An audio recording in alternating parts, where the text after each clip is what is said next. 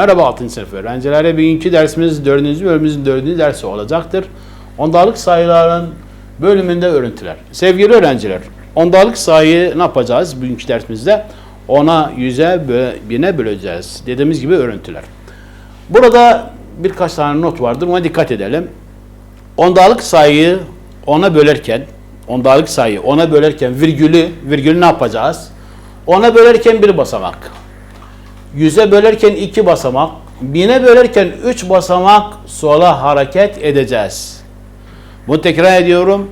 Ondalık sayını 10'a bölerken virgülü ne yapacağız? Virgülü 10'a bölerken 1 basamak, 100'e bölerken 2 basamak, 1000'e bölerken 3 basamak sola hareket edeceğiz. Çarpma işleminde ne yapıyorduk?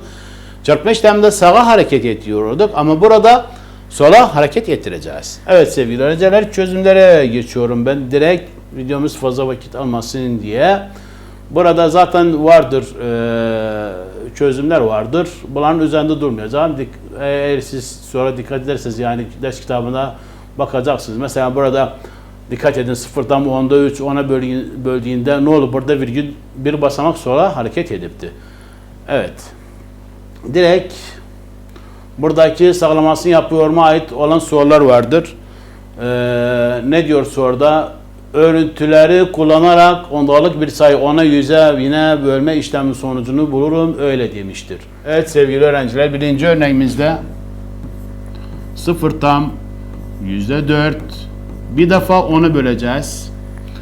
Aynı sayını bir defa 100'e böleceğiz. Aynı sayını bir defa 1000'e böleceğiz. Örüntü bu demektir sevgili öğrenciler. Yani soruda örüntü geldiyse bu şekilde yapacağız. Aynı sayını bir defa 10'a, bir defa 100'e, bir defa 1000'e. Şimdi bölme işleminde bildiğiniz gibi herhangi sayını 1'e böldüğümüzde sayının kendisi eder. Bu bölme işleminin kolaylıklardır. Yani kuraldır diyeyim. Yani düşünün burada 4'ü 1'e 0 yokmuş gibi, virgül yokmuş gibi 4'ü 1'e böldüğümüzde ne yapar burada? 4 yapar. Yani bunu daha bölme işleminde öğrenmiştik. Evet. Şimdi ne yapıyoruz burada sevgili öğrenciler? Dikkat edelim. Sayını ben yazıyorum. Virgül yokmuş gibi. Böldüm. Tamam, sıfırlar kaldırmadım. Burada virgül ne yapıyorum?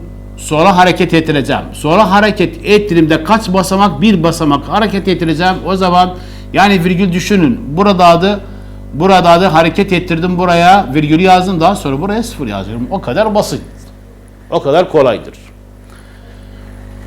100'e böldüğümde kaç basamak hareket ettireceğim bunu? 2 basamak hareket ettireceğim virgülü. Tamam. Bak dikkat edelim. Burada virgülden sonra kaç basamak vardır? Virgülden özür dilerim, sonra değil, virgülden önce. Virgülden önce kaç basamak vardır? Yani bir tane basamak vardır. Çünkü bir basamaktır burada, bir basamak. Tamam, ama ben ne yapıyorum burada? Virgülü 2 basamak hareket ettireceğim. Tamam, virgülü 2 basamak hareket ettirmek için sola gidiyoruz. Dediğimiz gibi sola gidiyoruz. Burada bölme işleminde virgülü sonra hareket ettireceğiz. Bir basamak ama 2 basamak olması için 2 0 yazıyorum. Yazdım. Virgülden önce sonrakini yazdım. Virgülden öncesine gelelim. Tekrar ediyorum. Bir basamaktır. Ama 2 basamak hareket etmem lazım. 1 2 0 yazdım ve buraya virgül ve buraya 0 yazdım. Evet. 1000'e bölmek için altta yapalım. Kaç basamak hareket ettireceğiz? 3 basamak. Virgülden önceye bakacağım burada. Önce kaç basamak var burada? 1. Ama bizim kaç basamak olması lazım burada? 3. Tamam. Yazdım. Burada virgül vardır. 1 2 3. Virgül neredeydi? Buradaydı. 3 basamak sola hareket ettirdim ve bu virgülü buraya yazıyorum ve sonucun olduğu bu şekilde oldu. Virgülü burada 73 yazdım sonuç. Doğru yazılışı ya da virgülün kullanımı burada nasıl olur? 4. şıkkımızda şöyle olur.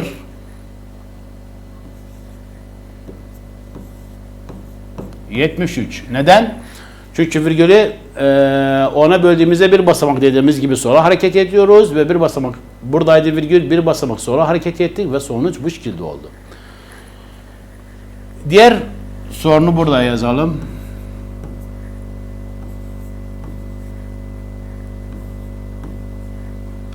Bölü 100. Tamam. Bunun sonucu ne olur? Virgülden önce kaç basamak var? 1. Biz virgülü burada kaç basamak sonra hareket ettireceğiz? 2 basamak. Neden? Çünkü 100'e bölüyoruz. Yani virgülü 2 basamak hareket ettiğimizde virgül buradaydı. 1 basamak var. 2 basamak olması lazım. Ben virgül buradaydı. Özür dilerim. Virgül buradaydı. 2 basamak olması lazım. Burada 1, 2 sonra virgül ve buraya da 0 yazıyorum. Dikkat edelim. Virgülden önce 1 basamak. Ne oldu? 2 basamak sonra hareket ettirmemiz lazım. Bir tane 0 yazdım. Oldu ki daha sonra virgülü kullandım. 7. şıkkımızın hemen yazıyorum.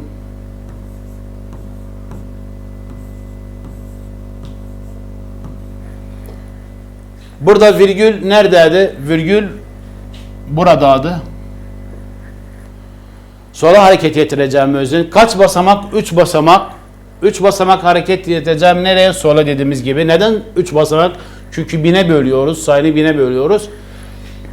Sayalım. 1, 2, 3 ve virgül buraya yazıyorum. Ve sonuç bu şekilde oldu. Diğer şıkkımızı çözelim sevgili öğrenciler. Aşağıdaki demiş bölme işlemlerinin sonucunu bulurum. Evet. Birinci şıkkımızda 0 tam 10'da 5 bölü 10. 0 tam hemen ben burada çözüyorum.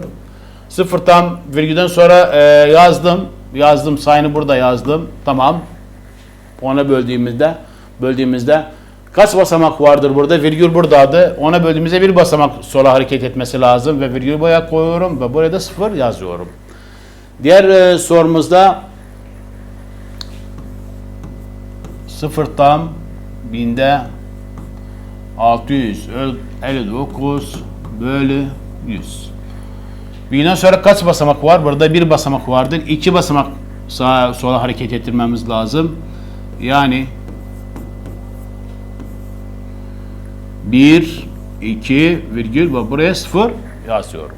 Evet sevgili öğrenciler 10. şıkkımızı çözelim. O şıkkımızda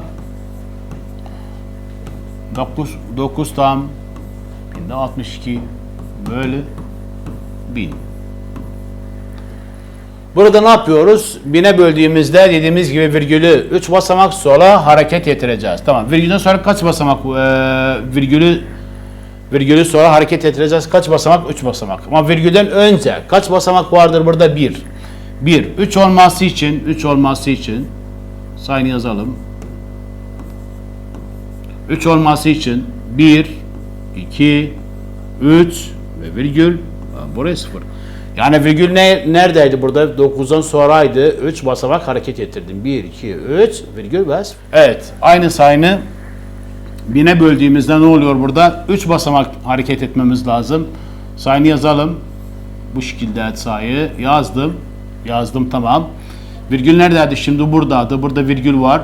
Virgülü 3 basamak 1, 2, 3 virgül ve burada 0 yazıyorum. Bunun sonucu bu şekilde olur. Evet.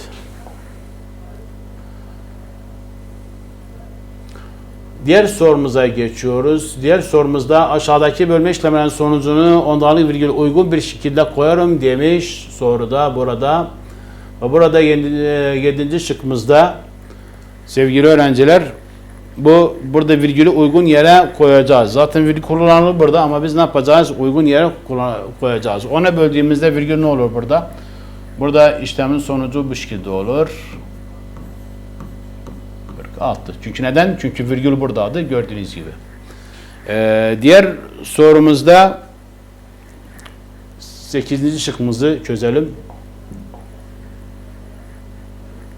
8. şıkkımızda virgül sayı neye bölünüyor? Burada 100'e bölünüyor.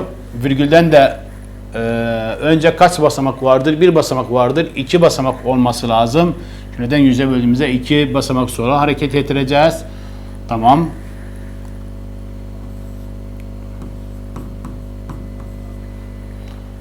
İki basamak hareket ettirmek için virgül buradaydı. 1, 2, 1, 2 ve virgül yazıyorum. Boy burada 0 yazıyorum. Virgülden önce.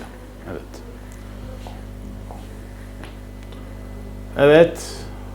Diğer sorumuzda aşağıdaki bölme işleminin sonucunu bulurum demiş. Aynı işlemlerdir. Sevgili öğrenciler, yani biz videomuz fazla vakit almasın. O yüzden tüm soruları çözmüyoruz. Evet. Evet. Burada iki tane şıkkı çözelim. 0 tam 10'daki bölü 10 ve ne olur bunun sonucu? Sonucu olur 0 tam %2. Neden? 10'a bölüyoruz. Bir basamak sola hareket ettik.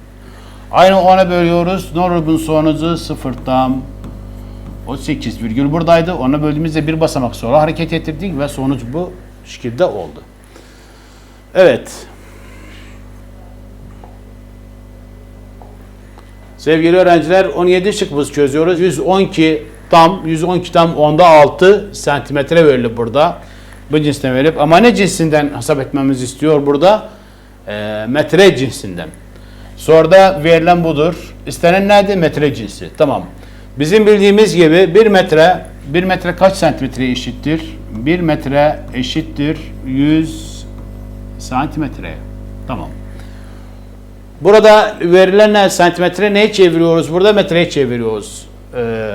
Her zaman daha önceki derslerimizde söylemiştik ya da önceki sınıflarda öğrenmiştik. Her zaman küçük birimi büyük birime çevirdiğimizde ne yapıyoruz burada? Bölme işlemi. Ama büyük birimi küçük birime çevirdiğimizde çarpma işlemi yaparız. Yani burada santimetre bildiğimiz gibi 1 metre 100 santimetreydi. Santimetre tabii metreden küçüktür. Santimetreyi metreye çevirdiğimizde bölme işlemi yapacağız. Ama metreyi santimetreye çevirdiğimizde o zaman ne yaparız burada?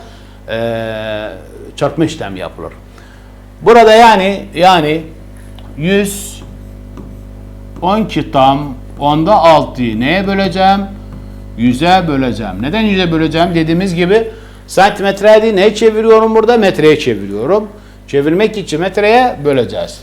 Tamam. Şimdi burada virgül burada gördüğünüz gibi kaç basamak sonra hareket ettirmemiz lazım? 2 basamak. Neden 2 basamak? Çünkü 100'e bölüyoruz burada.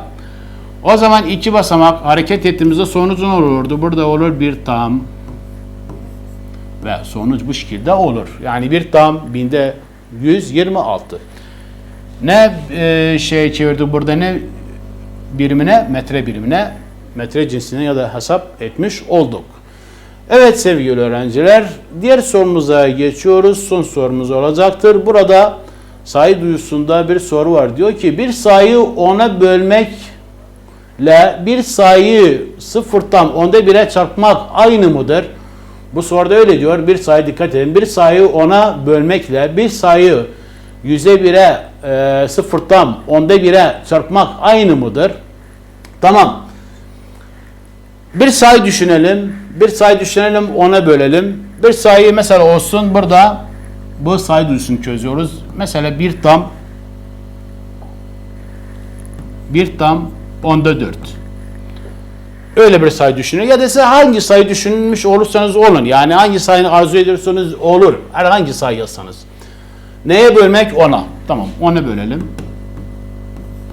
Aynı şekilde aynı sayı 1 tam 10'da 4'ü neye çarpmış olursak? 0 tam 10'da 1'e çarpmış olursak. Aynı sayıyı 10'a bölmüş. Bir de aynı sayıyı 0 tam 10'da 1'e çarpmış olsak sonuçlar aynı mıdır? Onu soruyor. Yani bunu yapacağız. Tamam, bölelim, çarpalım. İlk önce böldüğümüzde ne yapıyoruz burada? Virgülü bir basamak sonra hareket ettireceğiz bölmede. Yani bunun sonucu ne olur? 0 tam %14. Tamam. Şimdi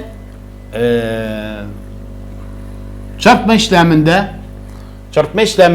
virgül yokmuş gibi çarpma işlemi yapmış olursak, virgül yokmuş gibi çarpma işlemi, yani virgül yokmuş gibi ne demektir? Dediğimiz gibi sanki burada 14 var, burada da 1 var. Bu virgül yokmuştur. Çünkü virgülü burada kaldırdığımız zaman ne olur? 1 0 1, yani 1. Burada kaldırdığımız zaman 14 olur. Öyle düşünelim. Bu virgül yokmuş gibidir. Sonucu ne olur burada? Olur 14. Tamam 14'ü yazdık. Daha sonra çarpma işleminde ne yapıyoruz? Virgülden sonra basamak sayıyoruz. Virgülden sonra kaç basamak var burada? 1. Kaç basamak var burada? 1. 2 oldu. Ne yapıyoruz burada? Sağdan sayıyoruz. 2 basamak. 1, 2, virgül ve 0. Tamam. Burada sonucun olduğu 0 tam %14. 14. Burada aynı sonucun olduğu 0 tam %14. Soruda ne sormuştu? Demişti ki bir sayıyı 10'a böldüğümüzde bir sayı aynı sayıyı 0 tam 10'da 1'e çarptığımızda sonuç aynı mı olur? Ne oldu burada? Ne diyeceğiz? Diyeceğiz evet. Sonuç aynı olur. Evet sevgili öğrenciler, bugünkü dersimizin sonuna geldik. Umarım ki bu dersten herkes fayda bulduğu bir başka derste buluşmak umuduyla hoşça kalın.